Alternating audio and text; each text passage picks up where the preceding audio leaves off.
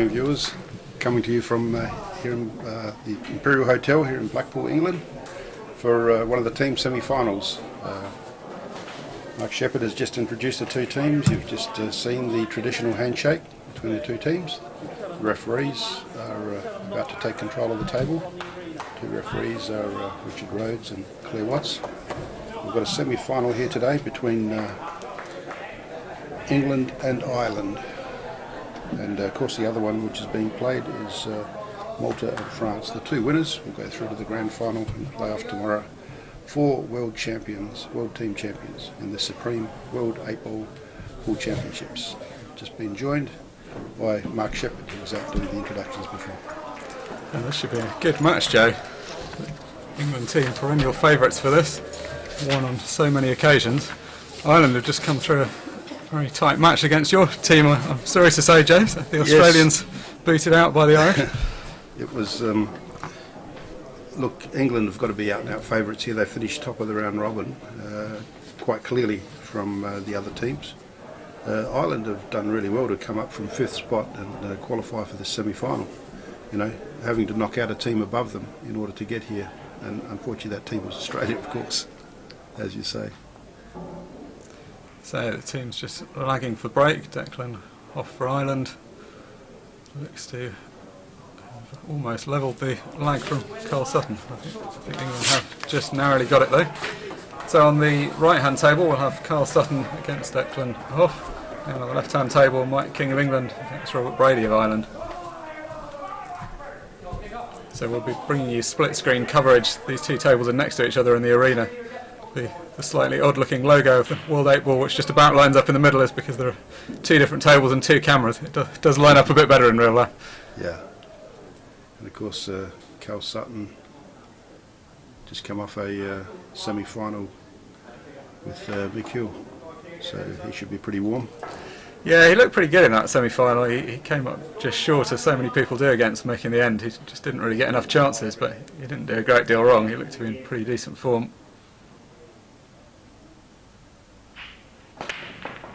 So Carl Sutton with the first break for England. Big powerful break, so he's a yellow ball potted. And yellows look pretty good. If you can cut that ball that's over the middle pocket, which I think you should be able to get past. Yes, the only problem seems to be the red and yellow tied up on the baulk cushion, which he's going to need to address at some stage.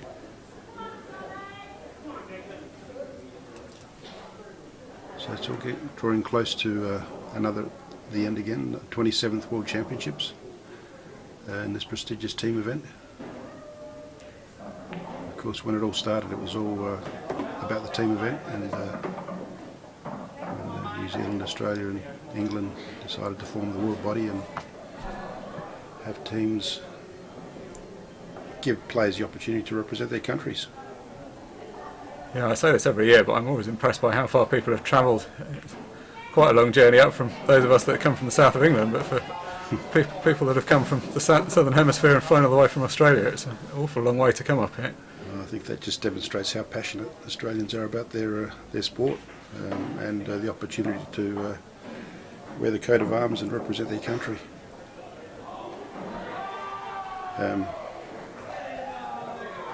Got a proud heritage in Australia. Your team's done well over the years. It's obviously a shame to come this way and fall short. So to explain for those that don't know, the league format, all of the teams play each other in a round robin format over the course of the week, and the top 2 teams go through automatically. So in this case England and Malta were the 2 that came through, and then the next 4 teams down have a playoff, and it was in that playoff, which only happened a few minutes ago, or only finished a few minutes ago, Ireland defeated Australia to get through to this semi-final.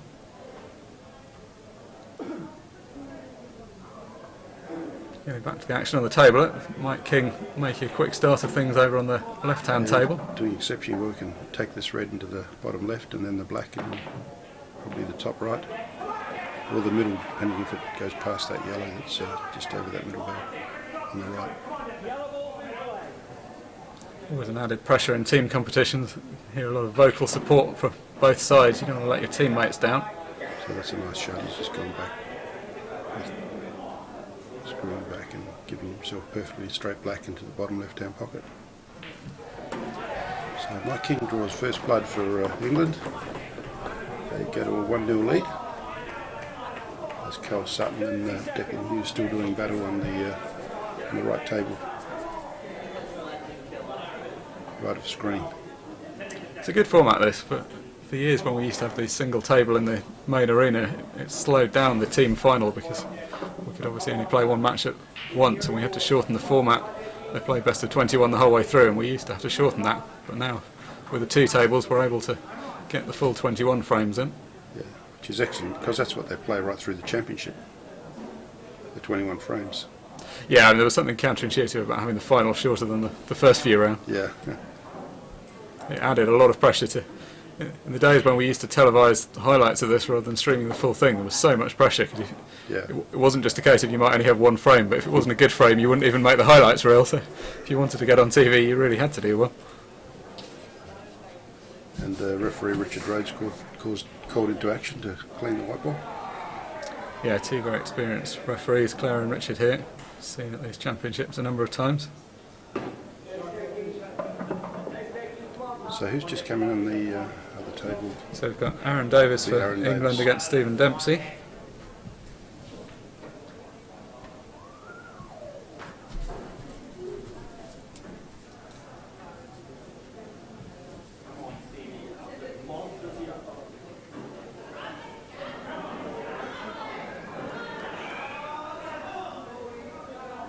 So Declan looks like he's going to play train here. 30 seconds.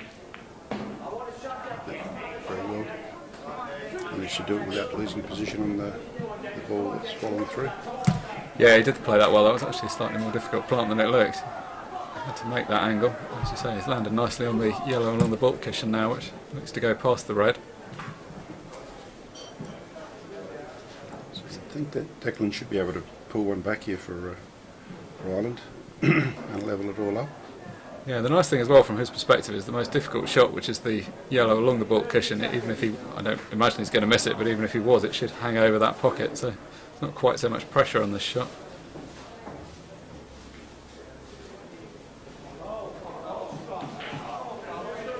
Well, he has left it short. Yeah, he has, and probably left a gap there for that red to disturb it out of there if Carl wants to.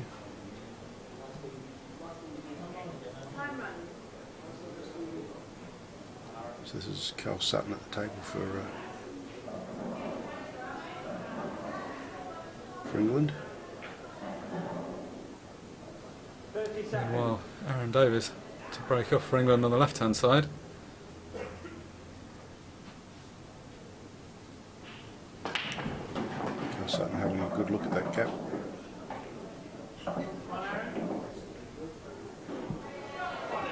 It's just a clever tactical shot, covering that yellow. Yeah, I think he concluded there wasn't space to get the red through, so he's been forced to play that tactical shot.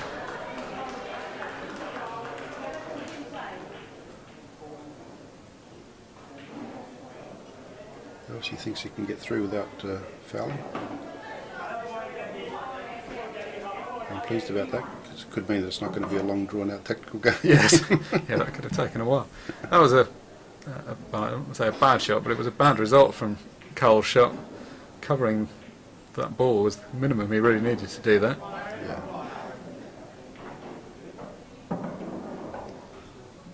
So now Declan has got an opportunity to take this yellow and run the black this bottom left-hand corner. Yeah, just wants to bring the white down the left-hand side of the table as we look at it. It's not a particularly difficult black, but still under this kind of pressure you want to get as close to it as you can. No point in leaving it from distance if you can help it. Definitely.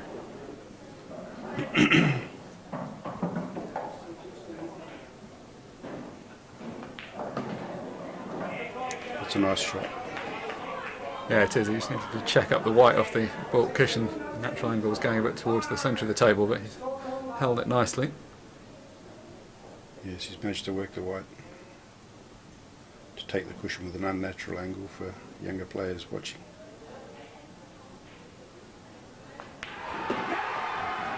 And that's well done by Declan Hugh. He draws first blood for Ireland, and you can hear the roar of the crowd. The score is delicately poised at 1-1 at the early stages of this match. Of course, it's best of 21, so first team to hit 11 frames is the winner. They don't need to play out the 21 frames in the finals, because we're only looking for a winner. We're not looking for a percentage of any sort. No, that's the thing. All the way through in the round-robin stages, frame difference can come into play. Well, although in fact this year I think we've changed the rules slightly, so it's not quite as relevant as it used to be. We're going to head-to-head if the teams are tied, but historically frame difference in team competitions is often important. A very unusual cue action. Aaron Davies on the left-hand table takes it to extremes with left eye dominance, cues a long way to the left of his chin.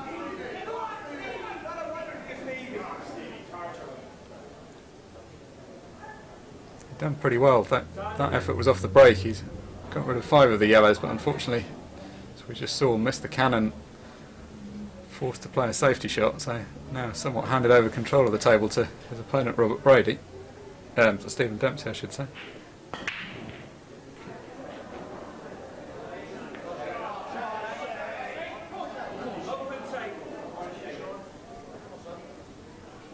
The new players up on the right hand table, Shane Thompson for England against Sean Sharkey. It's Sean Sharkey that was responsible for the dry break we've just seen, so first go for Shane Thompson. Good opportunity here to take control with an open table. Shane Thompson. For Sean. Is it Shane? No, Shane's at the table now. Shane's at the table. He's had a great tournament actually. He's hitting the stats.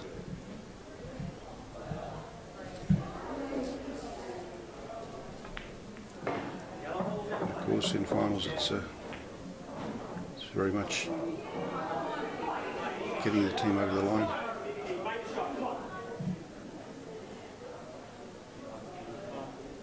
Yeah, it's a difficult thing. It's essentially a team game when you're here, but of course all of these players want to retain their place in the team, which in the case of the England team is a pretty fierce competition, so it's important to individually do well as well.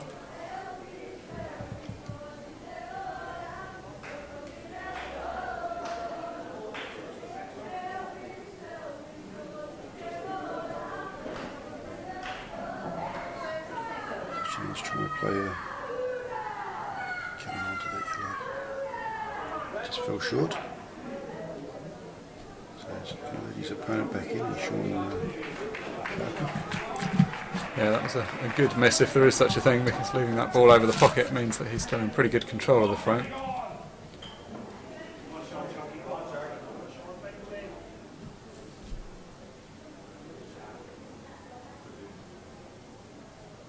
It's a frustrating position that Aaron's got himself into on the left table.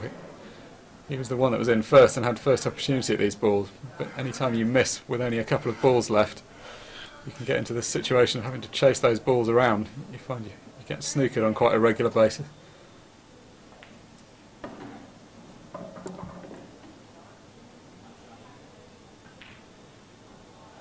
shot by Sean, but just wonder whether he's going to play tactical foul here and maybe run that red to cover this pocket on the left hand side.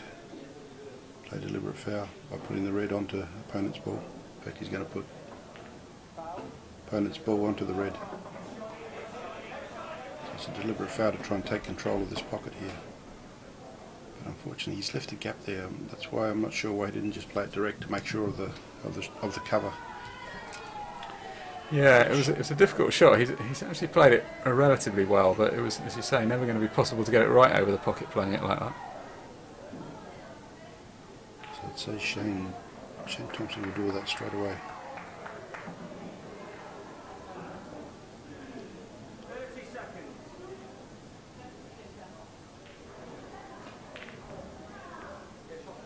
And that's certainly made a bigger gap there now. He still has another shot.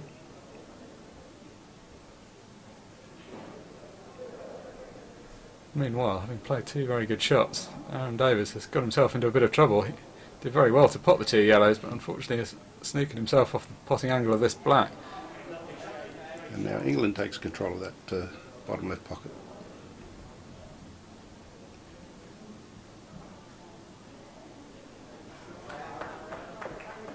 Good shot though by Aaron. That was a tricky shot to judge. He's actually almost got a total snooker there.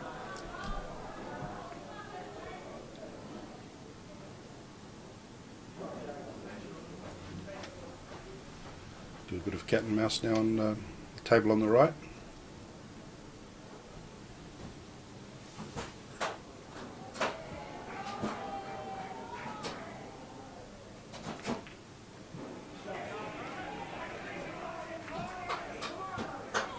Bit of safety,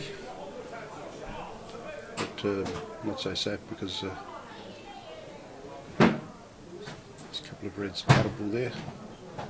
If Sean Sharkey wants to, but yeah, Sean's got some problems there because even though there's a few loose reds, there's that one very well tied up bottom left which he needs to do something with. yeah, he would very much like to have 2 shots. He may take the opportunity to take that red out now while that black appears to be tied up somewhat. That's exactly what he does.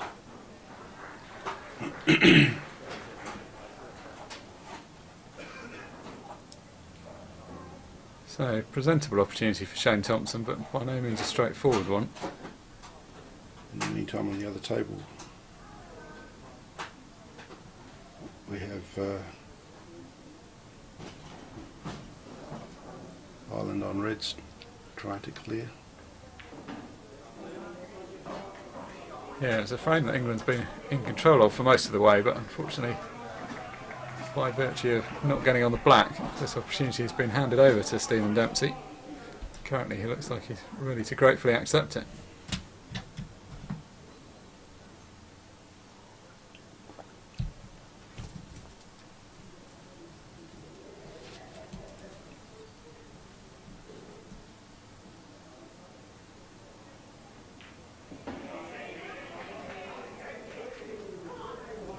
So Dempsey just needs to drop this red into the centre pocket and then he'll have the other one hanging there waiting for There's him. a miss on the table on the right by Sean Sharkey.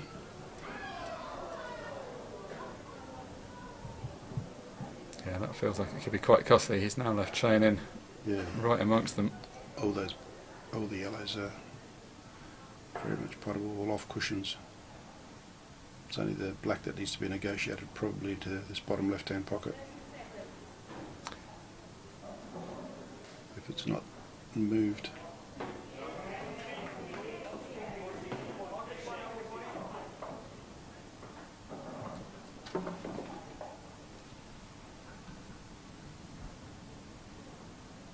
That was a good starting shot by Shane, although that ball looked quite easy over the pocket, it was kind of obstructing the path for the other one, so now he's got things properly open.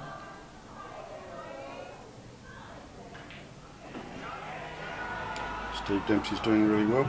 He's on the black, left table. So Ireland take a 2-1 lead through courtesy of Stephen Dempsey, defeating Aaron Davis.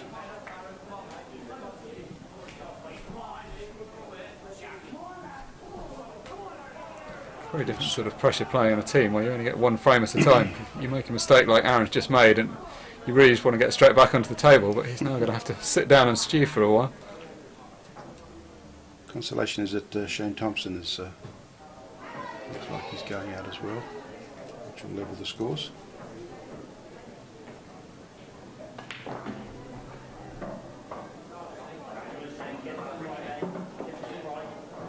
So he's got that yellow into the middle pocket, the middle right. Yeah, he's left this a bit thinner than he wanted. He struggled to get quite enough gear on that ball to hold it. He's left himself a bit too much angle off that previous shot.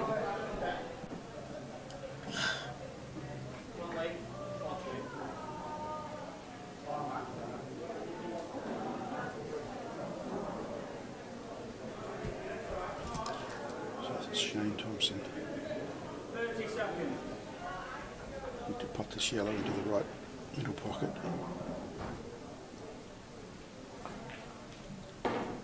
he's got that remaining yellow in the bottom right hand pocket. He's brought that white nicely back. Yeah, that was a really good shot. Negotiating the path for the white and judging the length was all important there, and he's done it perfectly. So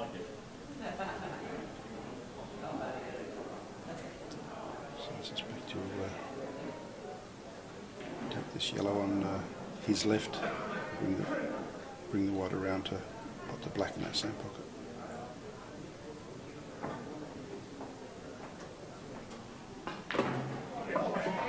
That's the way. That's a nice straight shot for Shane Thompson to level the scores at 2 frames all. This game's going neck and neck for the time being after the first 4 frames. England 2, Ireland 2. Well, things not proceeding very quick on the left-hand side. England captain Lee Kendall's up next, and it's his break. The referee throughout the match has been struggling to get the balls racked on that table, as is so often the case with these shiny tournament cloths. They're very hard to get the balls perfectly touching. And on the right table we've got Giuseppe D'Imperio of England to come in against Colin Crossan of Ireland. 2 frames all in the Supreme World 8 Ball Pool Championship team semi-final.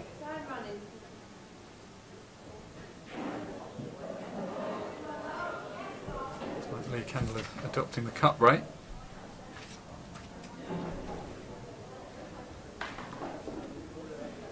Of course, warm welcome wherever you're watching in the world. If you've just joined us, coming to you from Blackpool in England. So this is Colin Crossan to break, breaking just off centre. Hitting the head ball, but losing the white. Opportunity for England. And Giuseppe D'Imperio will be handed the white. Yeah, got a lot of power into that break. The ball's really moving around, but that's not much help if you pop the white.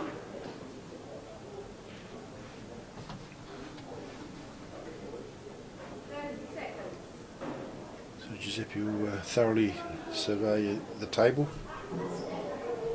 There's a particular style of playing, like most players do. Yeah, definitely one of the most tactical players. Well, him and Lee Kendall, so in fact the 2 that are currently at the table for England are definitely the most tactical in the England team. Not that that will necessarily be shown. They're both also very accomplished break builders, so it's not like they won't be going for it. But they're the 2 that are happiest to get into a tactical battle if required.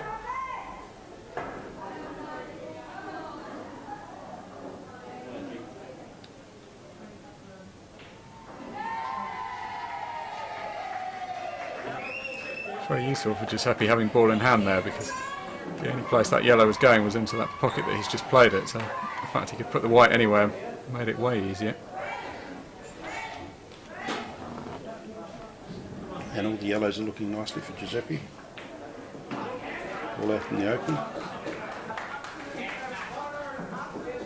Yeah, they are. I don't know if that one in the centre, the one that's touching the red, I'm not sure what the availability of that's like. That come in this bottom right hand pocket.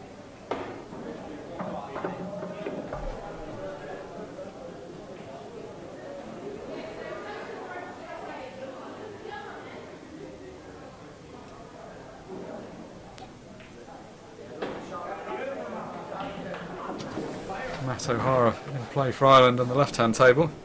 Familiar face, we've seen in a few World Championships now. The Ireland team have done pretty well over the last few years, not as well as England of course, but had some decent results. So Giuseppe's missed that pot.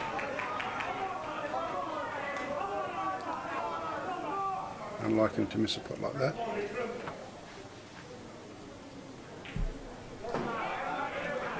Of course, we are playing a team game, there's a little bit of pressure out there. Playing for your country.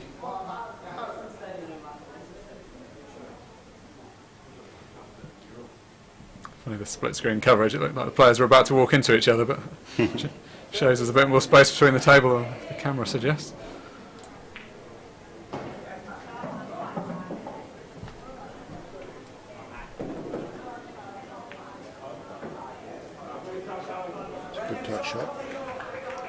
laid on by Colin Crossan of Ireland. Yes, it was a good shot. Playing from distance like that, it was hard to judge it precisely right. You're always scared the ball's going to roll off slightly when you play it that slowly.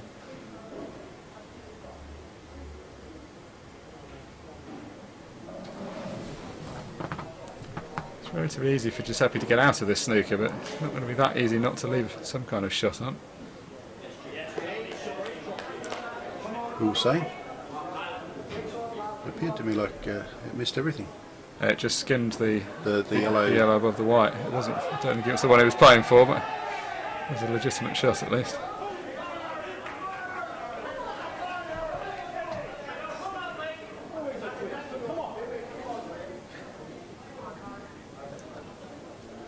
So Colin Crossan on the reds. We try and put that. 30 seconds. It's hard to see if he can get through to that red at the top left-hand corner. It's not going that way. 30 seconds. Well, Norman's got the cue ball back into that tight gap at the top of the table that he found off the previous shot.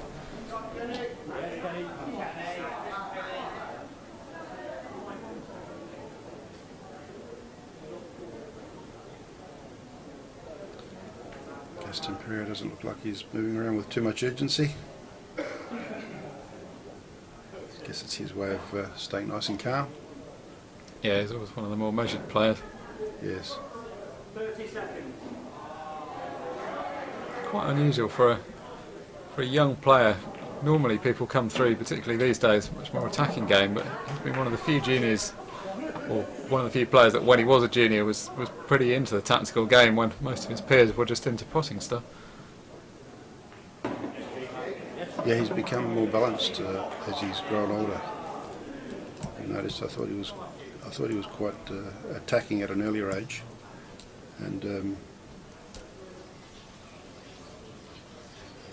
now plays a lot more conservative. But he can certainly take them when they're there. Yeah, this approach has served him pretty well. He's been in the junior England teams for a number of years and forced his way through into the senior team over the last couple of years. 30 seconds. I thought he'd take that yellow into the middle, and then possibly the yellow on the left into the middle as well. Ah, he's got down the end. Yeah, that's what I mean. It's sort of, it's an excellent shot. And he's got that pocket covered. It's like he wants to win this game with insurance. Yeah, although I suspect he was playing it to, I don't know, maybe the shot to nothing to pot it. He'll be pretty pleased it didn't go in because he's not actually on anything, but equally if the cue ball had stopped an inch or two short, he'd have been on the difficult yellow on the left hand side and could have cleared it. But I'm not sure why he didn't go, to try and pot that in the middle. Maybe he didn't feel comfortable with that yellow close to the red in the middle of the table. Well, Matt O'Hara on the left table had a kind of cocked hat double attempt there. Didn't leave himself any other shot at the black, but now has turned the table over to his opponent. If there's one person you don't want to turn the table over to in this position, it's the man at the table, Lee Kendall, who's such a consistent finisher from this kind of position.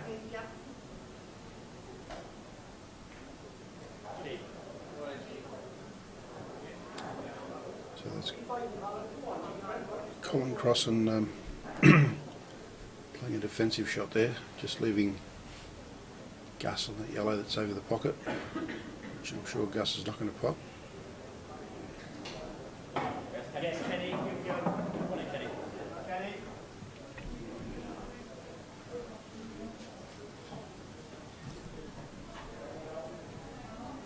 30 seconds.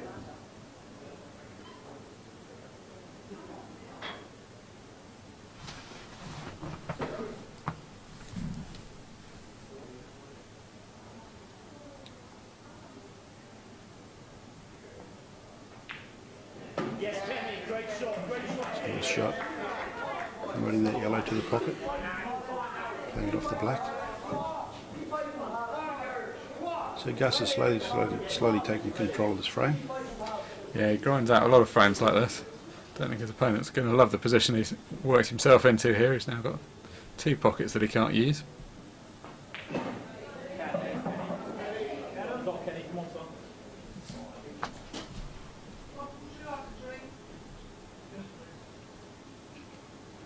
Seconds. This has made Colin Crossan think about this shot. Yeah, he's a big second favourite at the moment in the frame. In fact, England are in good shape in both tables. Lee Kendall's just about to finish the clearance on the left-hand side. Just the simple stuff to do now. Roll this yellow into the left middle pocket, and then the other one's there waiting for him.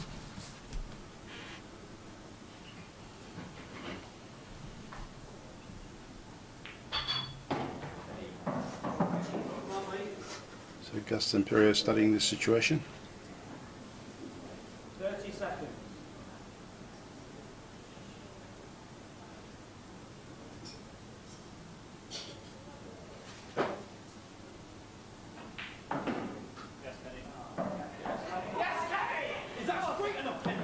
So just the simple straight black for Lee Kendall to get England ahead once again.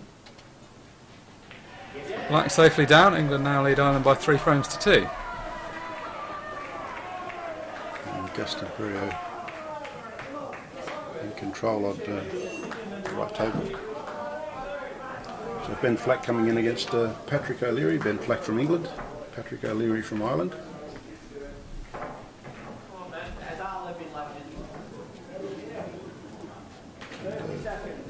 Claire Watts about to try and rack up again on that left table.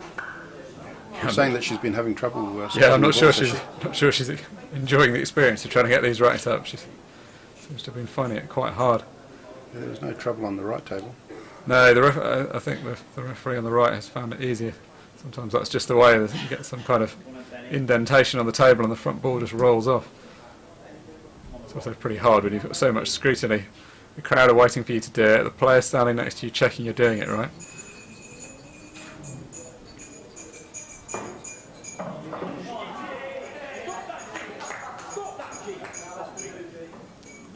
I'm not sure if that was intended. No, I'm not sure. I was looking at the other table, but it went in anyway. It might have accelerated the game, because I would say now he's got to go for it, and because it's both yellows are certainly very potable. Can well believe he might have been going for it. I just didn't see the beginning of the shot. It would have been a logical enough way to open that pocket up. Just got the one slightly tricky shot, although it shouldn't be too hard, the one nearest to the black, and then as long as that goes in, he should be well away.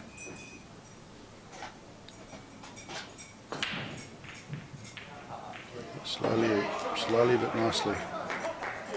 Yeah, very steady stuff from Giuseppe. So Giuseppe should put in another frame in front.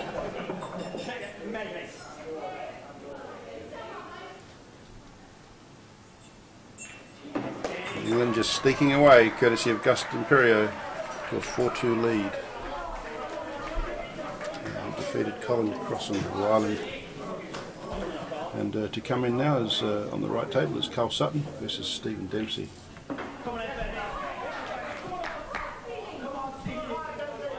I find the team will be making any substitutions later on in the match, but they've both got an embarrassment of riches on the bench. Both got 3 good quality reserves. England have got Dan Eaton-Lees, Wayne Gardner and Phil Mallam ready to come in. Ireland have got Gavin Donnelly, Barry Norton and Paul Kelly in reserve. It's kind of tough when you don't get to play. Only 7 people can play in any session, so you need somebody to be substituted in order to get a game, and these games aren't that long, so sometimes it can just be hard to get the table time. Of course, we've got Richard Rhodes racking up the balls on the right table.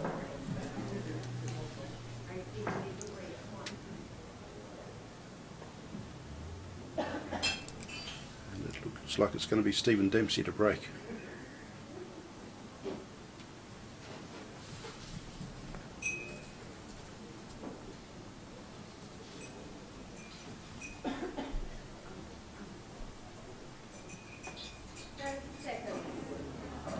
It looks like Richard Rhodes run into a few problems as well, too.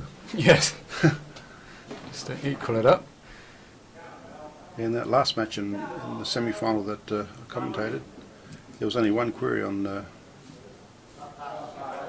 rack. Yeah, I think sometimes people are more concerned in the singles, in the team than in the singles, because you get so few frames that it just matters a lot more. It's a big break. Yeah, it's a real big break. I don't think you can believe he hasn't potted anything. I think that gesture means, what's going on here? Yeah, something like that. I think you may be mentally using different words from that.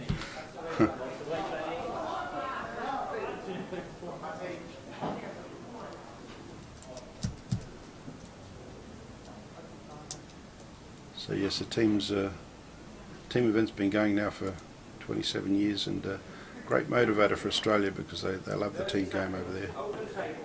Our national titles are very much about teams and representing your state, winning a state championship. You know, which state can get the most trophies, and then of course they're playing for a spot in the Australian side to come to these World Championships, which everyone takes great pride in winning those. The Australian vest. Yes, rightly so. Australia, well set up, of course, having the country divided into states makes for a sort of natural competition. We have a sort of county championships, which I guess is the equivalent, but obviously there's a lot more counties. But then, set off against that, the travelling involved in Australia must be pretty heavy. Just playing in the state championships, you've got to be flying around the country a lot. It's predominantly by aeroplane. Not too much motor vehicle travel in Australia when it comes to going interstate. No, it's a long old ride across the country. Particularly if you're going from east to west. Yeah. Or west to east. Yeah, compared with what we're used to in the UK, the distances are pretty extreme.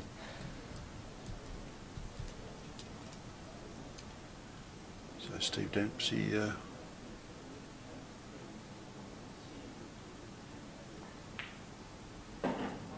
looking to negotiate a pot on the first ball. Nothing's been potted yet. Yeah, you always feel a bit silly getting into these battles before anyone's even potted a ball. It seems a bit silly playing safety, but sometimes you have to because you can't afford to gift a chance away. Particularly when it's obvious that one colour is better than the others, you often get a very cagey start.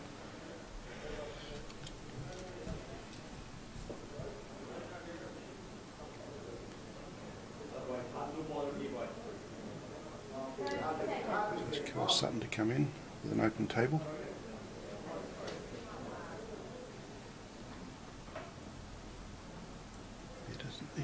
He's got this yellow into the left middle pocket,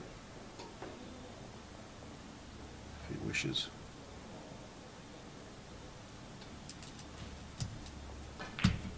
It's like he's looking for a red alternative. So hence he plays safe. Yeah, both players seem to have reached the consensus that they don't want to take the loose yellow ball. Not sure there's a massive difference between the colours, really. And I don't think, obviously, Steve Dempsey wouldn't be able to on this shot, that's for sure.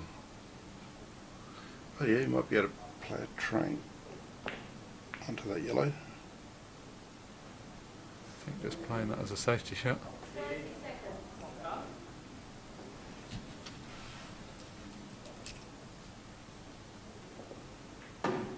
Meanwhile, things slightly quicker on the left-hand side. Ben Flack's at the table addressing the yellow balls at present.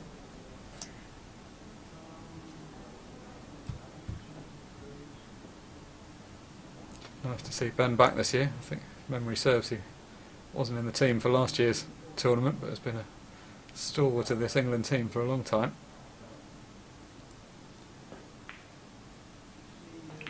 Steve Dempsey's still battling away with safety shots.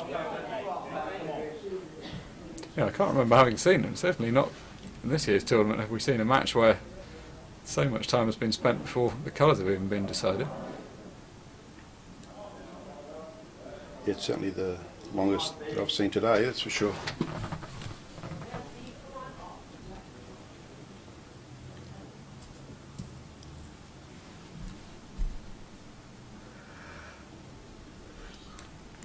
I wonder if he can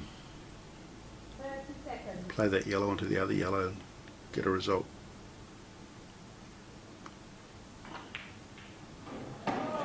One of those ones, if you take it on, you've got to be sure you're going to get it, because otherwise you open the whole table up and then you still turn it over to your opponent.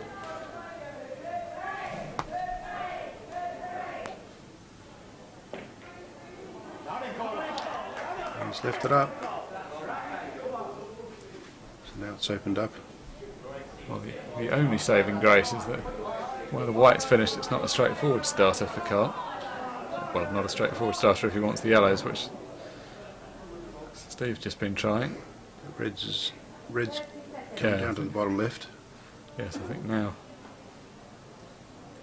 Yellow would come to the bottom right.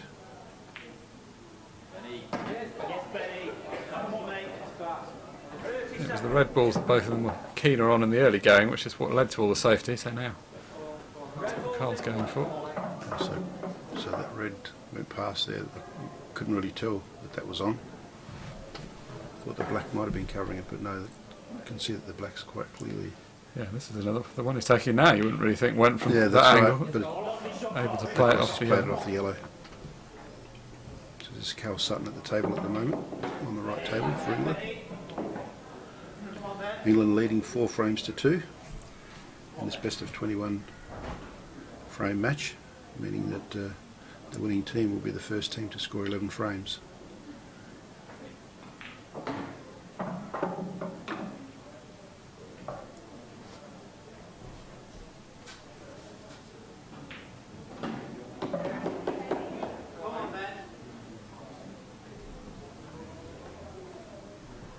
So Ben Flack lines up the black.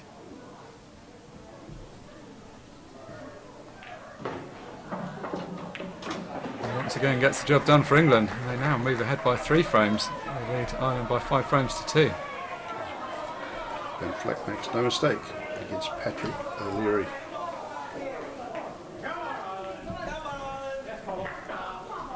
Yeah, both players had chances in that game, but ultimately Ben managed to get the win.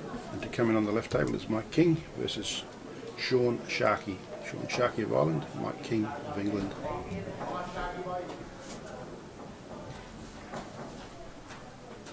This is still Carl Sutton. Played that well.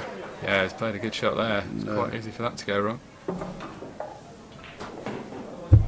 play that, pop that red and I'll pop the black and keep the England roller coaster moving. It's Carl Sutton taking that 8th frame for England to lead 6-2, and Ireland are going to have to pull out all stops now before England get put out of reach. Yeah, things can get away from you quickly. When the score was 2-2, that looked like it could be anybody's game, but now England have reeled off 4 in fairly quick time. And to come in on the right table will be Aaron Davies and Declan Hugh.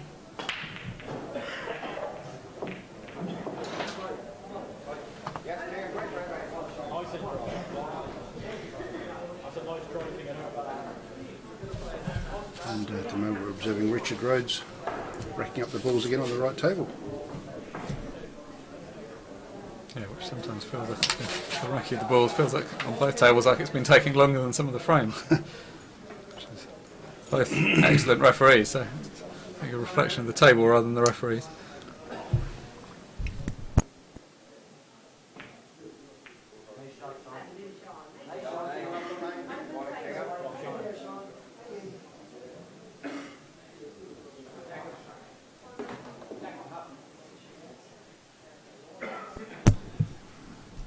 Sorry, Declan. I'm from Australia. Yeah. That's Declan Hoff. Yes, it was a challenge trying to work out how the players like to pronounce their own names.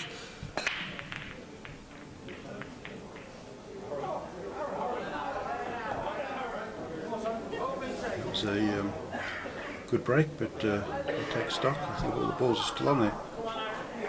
So the players have started to struggle to get a ball down on the break. The tables get brushed after every match. Yeah, it's quite a messy setup as well. A lot of the balls moved. You can see there's more at the top of the table than the bottom, but they've all clustered together. Yes.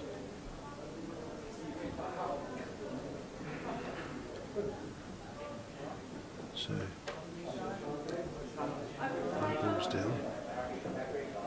Open table.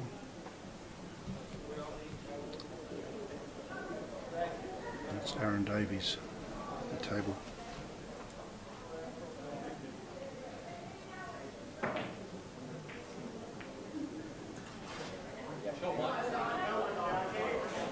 Yeah, he looked pretty good in his first frame, but left himself in an unfortunate position on the black, which is why he lost it.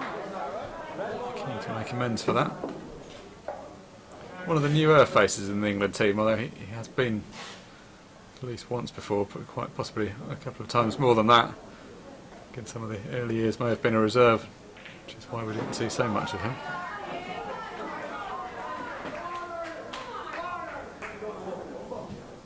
Pretty experienced player now. And anybody that forces their way into the World Championship team for England is a very good player, because the competition for that is pretty intense. 30 seconds. And England by far have won the most World Championships in this men's team event. Yeah, their record is prolific. There's only been one or two finals that they haven't made. Even the times they've lost, they've generally made the final. I'm pleased to say that two of them were against Australia. Yes. I think even though the competition is held in England, and obviously the England team broadly have the biggest support, it often is quite popular when other teams win as well, just because it's nice to see underdogs come through.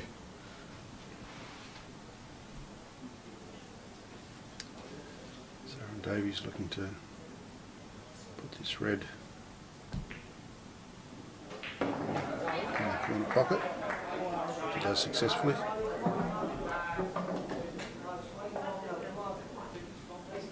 So I always like seeing the teams that have travelled the furthest do well. You feel some people have flown so far that it's nice to see that their success is rewarded. From a Moroccan team of a few years ago, so enthusiastic. So Aaron Davies, is he going to go for the middle pocket, or is he going to come for the bottom left hand?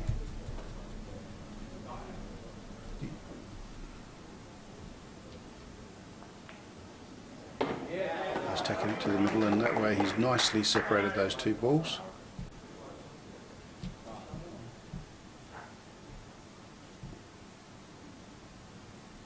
And he'll probably take the ball on the right rail, down the rail.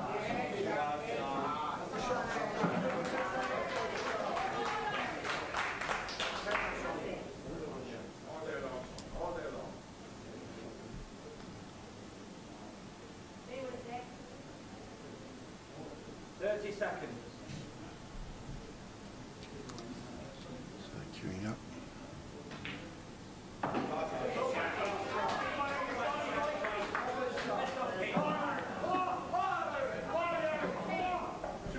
So Aaron Davies runs that ball down to the bottom right hand pocket.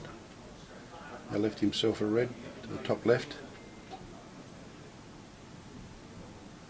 Or he could also put the red in the bottom left hand pocket.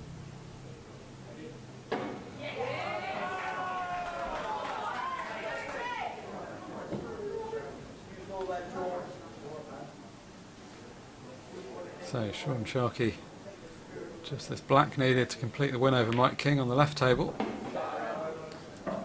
Shot by Aaron Davies. Sharkey gets the job done, pulls one back for Ireland. Still trail by 3 though, it's now 6 frames to 3.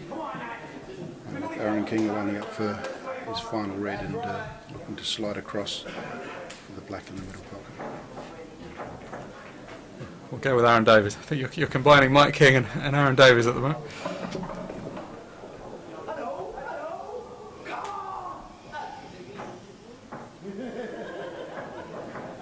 So a little bit thinner on this black than he wanted. Yes, he would have liked to go on a little bit further across. This is Aaron Davies. Come on, really?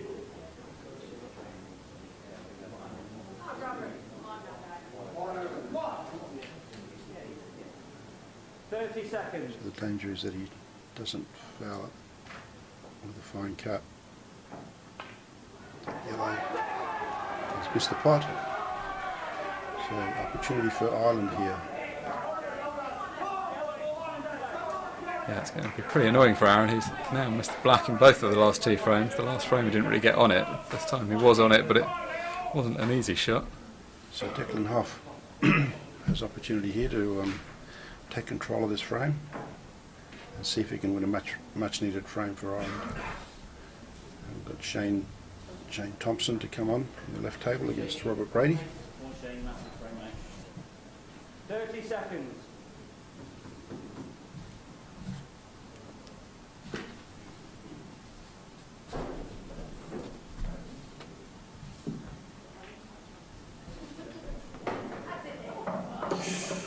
Danger.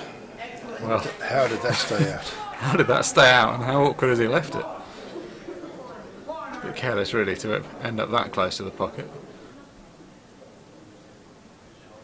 Just trying to understand if that yellow's on the cushion, because he wants to roll into it, and if it's already touching the cushion, he'll have to force another ball onto a cushion. Otherwise, it would be a foul. I'm sure he's going to go and try and hide somewhere. Yeah, I think he's trying to hide on the right-hand side, kind of near the baulk line. 30 seconds.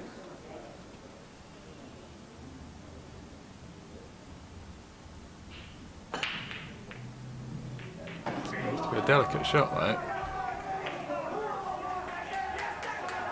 He's got that. He's done that well enough. Yeah, he's played that well.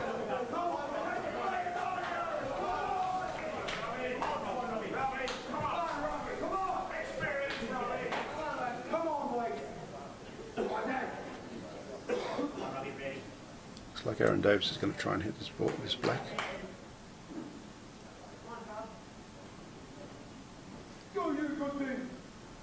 Can't see too much advantage of playing any deliberate fouls anywhere. So he might as well have a go at the black and just prevent his opponent from having two shots.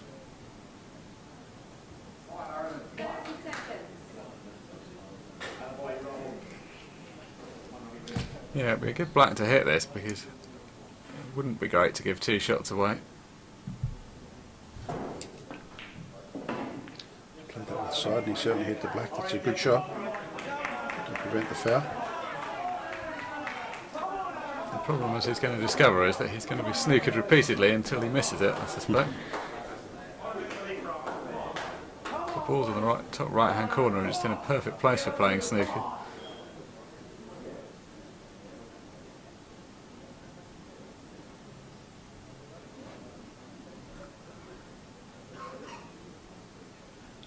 I mean, Declan can pot one of them, but I think he'll probably want to keep as many balls on the table as possible. He'll only pot it if he needs to set up a better safety shot. You could probably take this ball that he's going for and then, oh no, he's just gone for the snooker straight off. Taking the ball and played the snooker behind those two yellows that are together.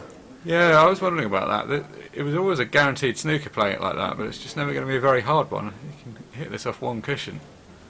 Just come up and down the table off the bottom cushion. Yeah, whereas here he can, depends on how well he plays it, it can leave him tight. 30 seconds.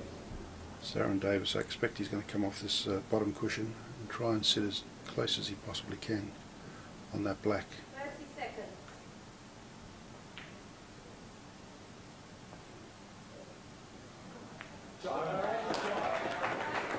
Still a good shot, but it's fairly restrictive as to Yeah, that's not a bad outcome at all. as to what Declan can do. It's not so easy to play a good safety shot from here. No, and it's not easy to return a snooker either, because he's got to play off a cushion in order to play a legal shot.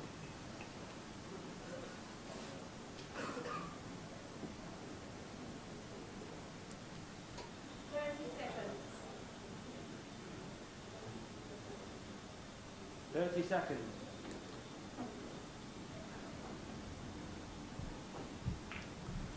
Maybe he was looking to see if they were touching. Yeah, it would have been a great deal easier if they were touching, but unfortunately for him they're not. Well, that's a pretty good shot if that's a snooker. It looks like a snooker. Be the finest of edge if it's not. That was a very difficult shot to judge. It's so easy just to go too far with that and leave the black on. Yeah, this is exactly our conclusion. It looks like it probably is a snooker, but you just wonder if you could see the thin edge. The conclusion is that it is a snooker.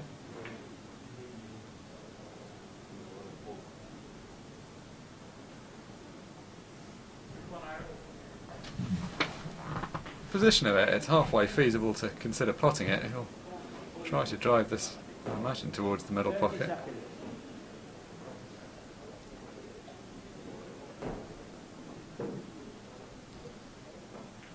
He's certainly got to be going to be going for it.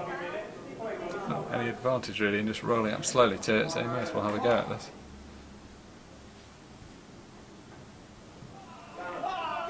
He's hit that beautifully. Oh, what a down. magnificent shot there by Aaron Davies. He's Declan off. England take a 7-3 lead. That's a tough one for Declan to lose. You think when you've got your opponent in a good snooker like that, you could certainly imagine him hitting it. That wasn't a good place to pot though. We said that before he played it. It always looked like it was on to play that shot. And Captain Lee Kendall to come in against Colin Crossan, while on the right table.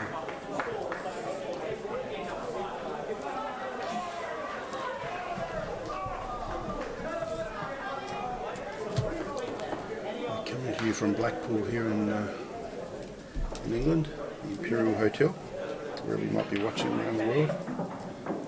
Big warm welcome. It's a pleasure to commentate for you. I'm here with Mark Shepherd in the studio, and yours truly, Joe Fanto.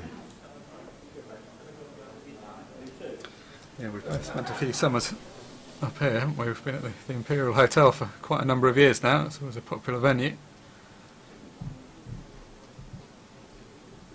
It's just about become what the Crucible is to snooker. Yes. It's a nice putt. I always find it interesting seeing the history of this hotel. You've seen up in the bar they've got all the portraits of world leaders that used to come here for political conferences. Yes. Bill Clinton, Margaret Thatcher back in the day. I think every Prime Minister of England, Prime Minister of England has stayed here. I believe the Queen has stayed here as well. Slightly different crowd for this tournament, if we're honest. Yeah, just slightly. And of course, there's the Charles Dickens room, which I believe he used to come and ride a quiet spot to write.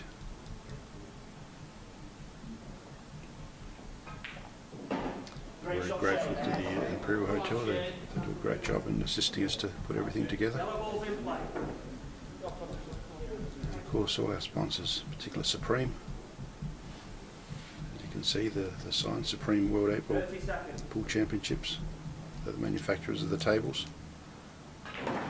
And Strawn, which is the cloth that goes on the tables. Do you say Strawn or Strachan over here in England, Mark? I think I go with Strachan, although I have heard it said both ways. I'm never quite sure either. Yeah, I believe it's Strachan here and Strawn in Australia.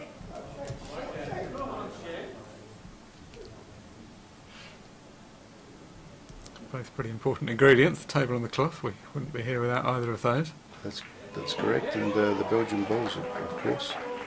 Aramis. And that's the Aramis 8 ball that Shane Thompson has just deposited over on the left-hand table to notch another one up for England. That's their 8th frame of the match. They race away to an 8-3 lead. So not too far from the finish line now, only 3 frames more needed from England.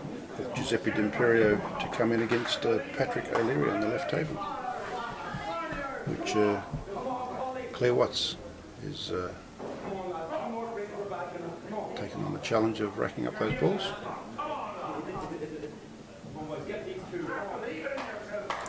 Not currently very easy to see a way back for Ireland. There hasn't really been too much in the play so far to suggest they're going to string together 6 or 7 frames in a go, which is pretty much what they're going to need to do now. one of those passionate, animated performances from here by Ireland. Yeah, it seems just a shade more subdued than usual. I mean, they've still been quite loud, but compared with some of the Ireland teams we've seen in the past, it's maybe a little bit more reserved. Yeah, maybe England have quietened it somewhat with a scoreline of 8-3. So the match slightly earlier in the day. We've had a few late night matches involving Ireland where the supporters, if not the players, have spent a little time in the bar beforehand.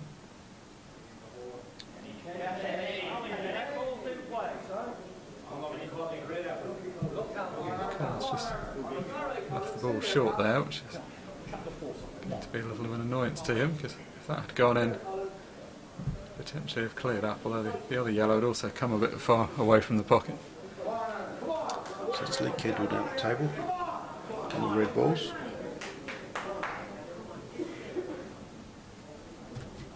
Meanwhile, Giuseppe D'Imperio breaks us off on the left-hand table. 30 seconds. Well, almost potted the white twice there, and to his relief it's still on the table. Very fortunate there. Yeah, he'll actually be pretty pleased with this because it's a dry break, so it's his opponent that's got to deal with the problem of being tucked up behind that yellow.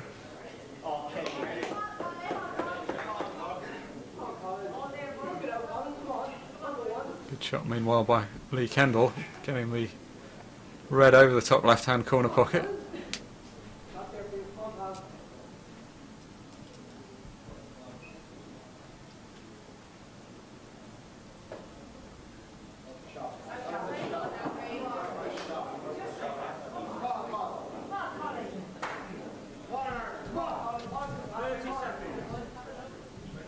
Colin Crossan trying to make things happen for Ireland.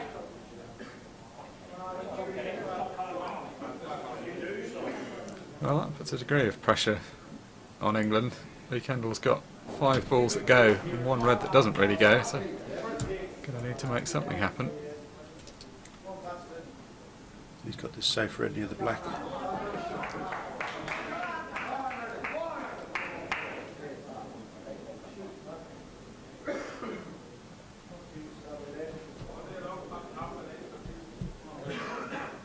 30 seconds. Just looking at whether he can play red off the yellow that's over the middle pocket. That would be pretty useful, because that way he can tie up the yellow maybe, or at least knock it into a worse position.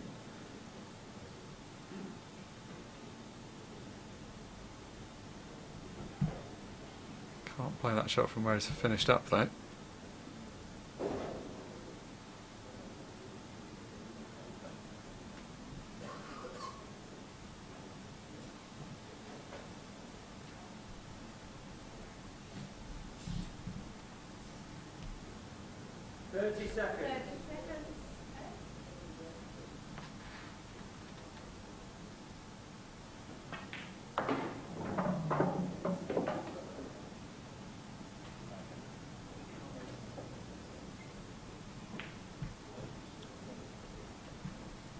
Lee Kendall here still negotiating these reds. I just wonder whether this red has got any chance of going past the black. I don't think so. No, it can sometimes be deceptive. That might be the smallest of gaps. But I mean, that would obviously completely change the complexion. I'll have no problem clearing up if it does go, but assuming it doesn't. Because if he can't, you would think that it would be looking for a safety shot down the balk end of the table, or a snooker down the balk end of the table. But he seems to be merrily going along potting balls. Yes, that would definitely tend to suggest that it goes. 'Cause Lee is not the kind of player that's just going to pot the loose ones and worry about it later on.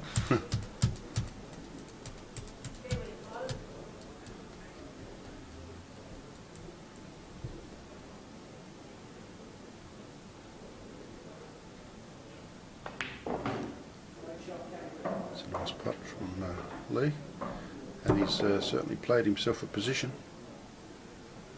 Yeah, so the difficulty is, because he's left himself a bit too much angle on this, so it's now not going to be possible to get the white down to the bottom of the table. Depends how easily, if the red does go, how easily it goes. Sometimes if you're right behind anything's possible, whereas from distance it's not going to be so easy.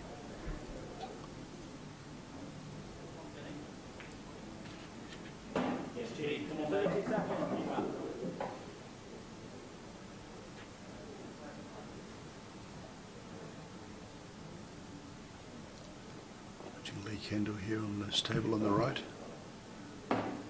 He's just run that red down to the top right hand corner, hasn't tried to do anything fancy to get closer to this red near the black. So he's having a good look at it. 30 seconds. We've come to the conclusion that he must be able to squeeze that black in behind, the red in behind the black.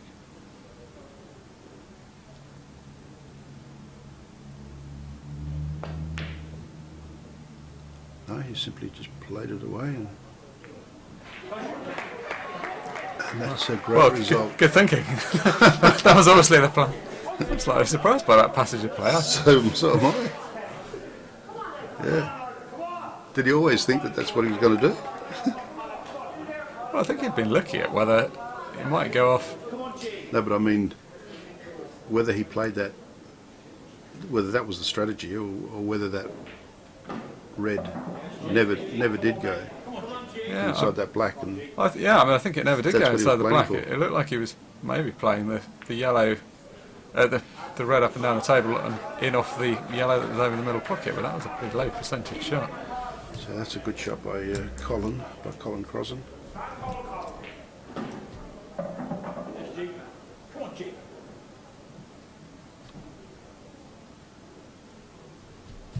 In the meantime, Gus Imperio's moving right along. He's only got a couple of yellows to pop and the black in the open.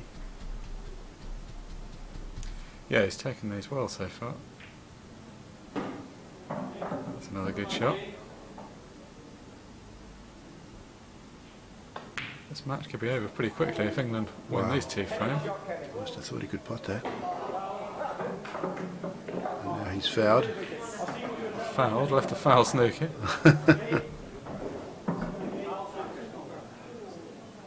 I mean, it's not as bad as it might be, frankly, given. Exactly. It's one of those unfortunate situations where it's not a great advantage to Ireland here. Well, but he has got two shots. Yeah, he's got two shots. He's just going to set the yellow up. It's not in the easiest position to set up, but it's not in the worst either. Meanwhile, Giuseppe D'Imperio has secured the frame on the left-hand table, so England now move to 2 away from victory. They lead Ireland by 9 frames to 3. With Ben Flack to come in against Matt O'Hara.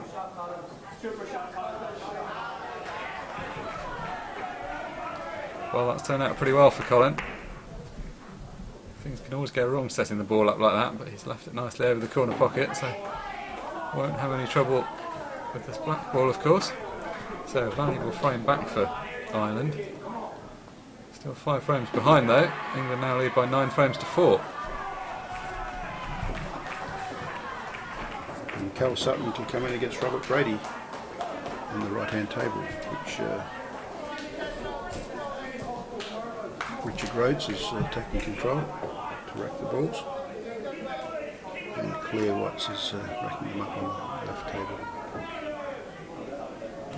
So a lifeline there for Ireland, but still an awful lot of work to do. It currently feels like it's a matter of when rather than if England win. And the form of the players doesn't make you feel like a big comeback is looming. No, it doesn't. England have had the upper hand in the majority of frames. Ireland have been nicking the odd one here and there rather than consistently winning them.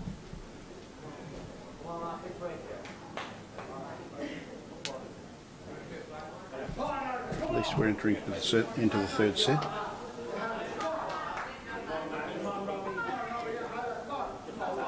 Because they're playing 3 lots of 7. And 21 frames if it goes the distance. Yeah, right now it's not looking like they'll need all 21 of them. So both tables at the moment in the rack position. So Matt O'Hara has just broken and Carl Sutton is about to.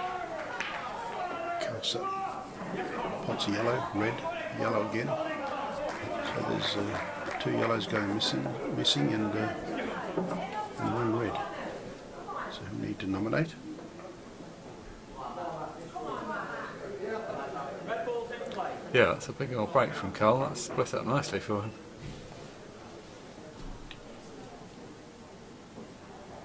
Pretty good break from Matt O'Hara as well. 30 seconds. So Carl Sutton's nominated reds.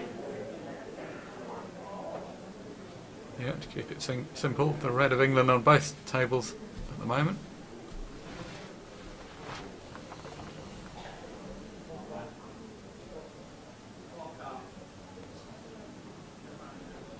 You'd feel there should be a fairly routine clearance from Carl. Yes, I was thinking similar. 30 seconds. Takes his red in the top right and red into the middle pocket, middle left. Did lose his first frame in the match, but made amends in the second one, so this one to secure a 2-1 winning record for this match. Not that the individual stats are particularly important when you're in a semi-final. The main thing is getting your team through to the final. Red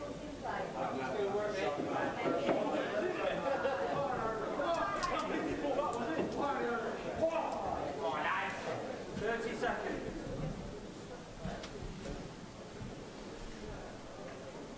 So, England players at the table on both sides of the arena. These are the 2 frames they need to go through to the final.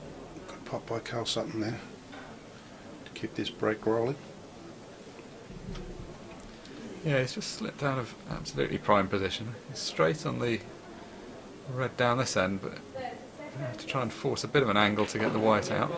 Yeah, you see he's That's a good forced shot. it. Yeah, that's a very good shot. And Robert Brady at the moment can only watch. Hard to imagine where the miss would be coming from Sutton.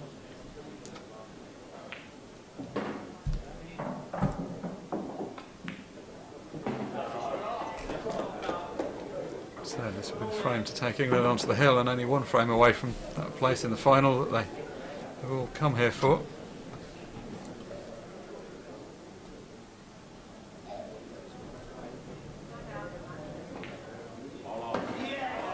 Nicely comes across for the black.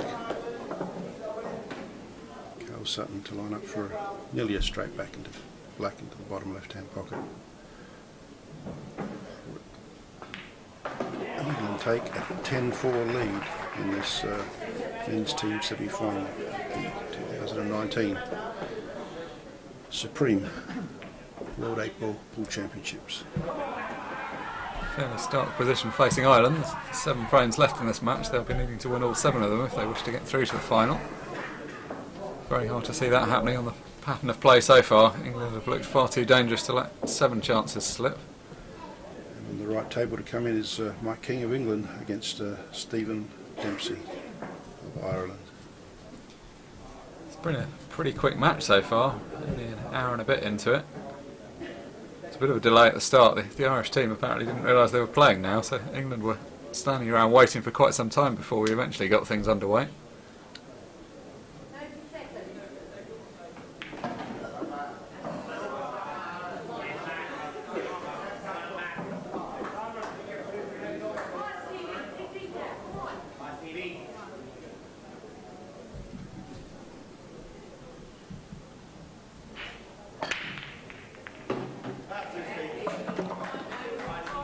Massive, powerful break by Stephen Dempsey there.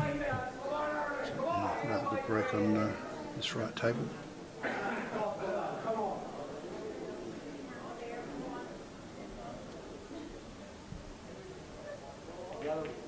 Still doesn't seem quite happy.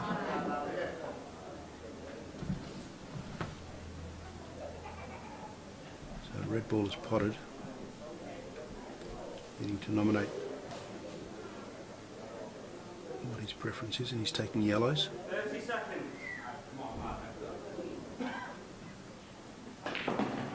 So yellows it is. There was no miss, so he can continue on yellows.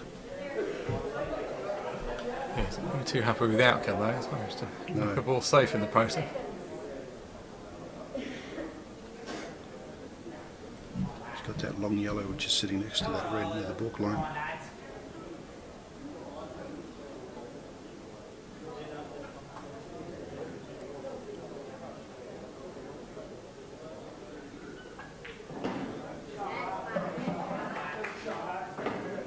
That's a beautiful cut into the middle by Stephen Dempsey.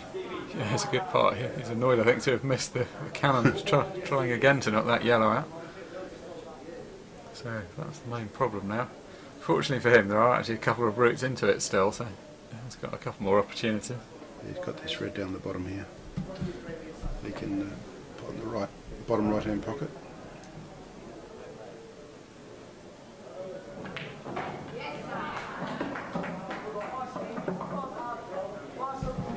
He can run the yellow into the top right hand pocket.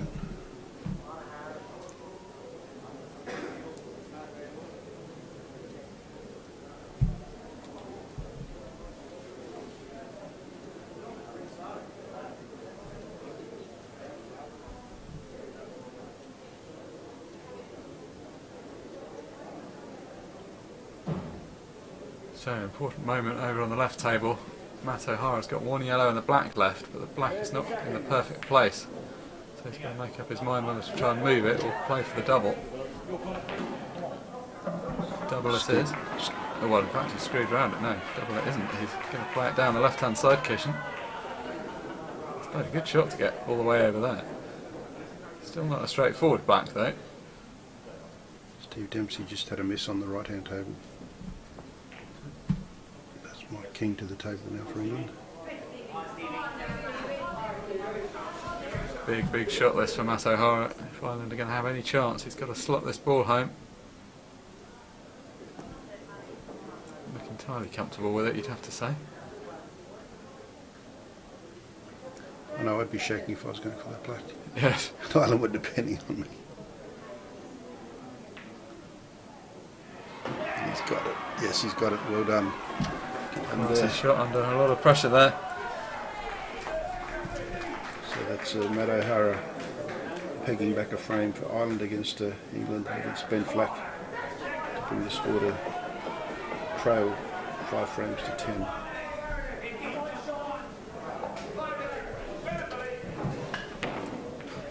Aaron Davies to come in against Sean Sharkey on the left table.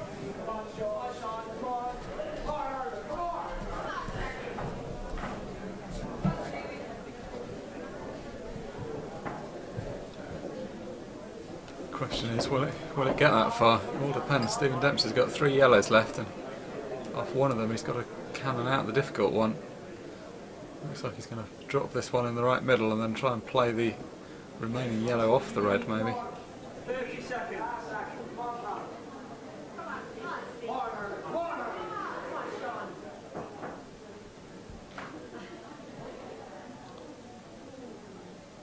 Steve Dempsey taking this straight yellow into the middle.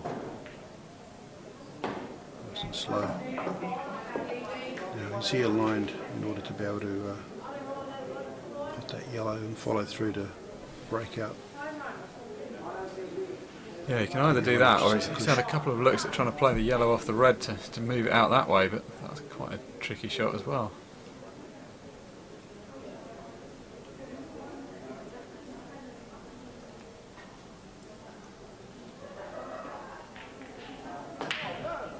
That's what he went for. And come off. So, Mike King, these 6 balls to get through to the final. 6 balls in the black. 6 balls won't be enough for him. 7 balls is what he wants.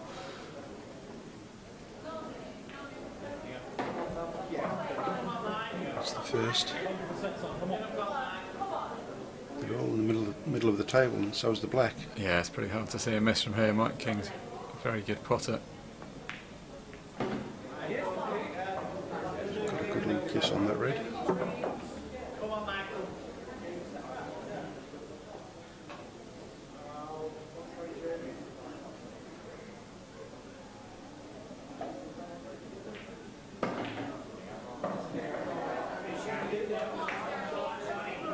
Well, they've played their part in this match, Ireland, but ultimately come up against a pretty imperious England team. Not for the first time we've said that. make even very good teams look pretty ordinary. King should be able to do the business here for England and help them get through to another one of many finals at these World Championships.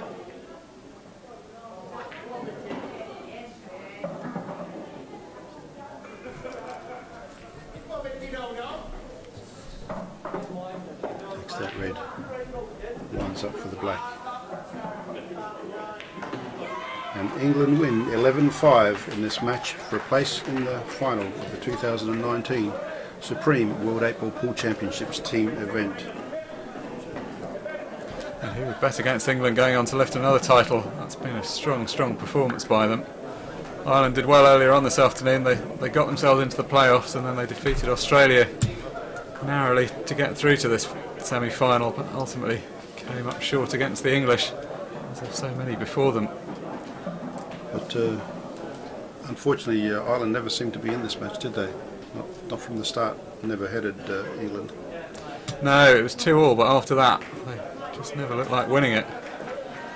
Thank you for your company in this match. We'll be back at 6 o'clock with coverage of the next men's team semi-final. That's Malta against France. You can join us for that.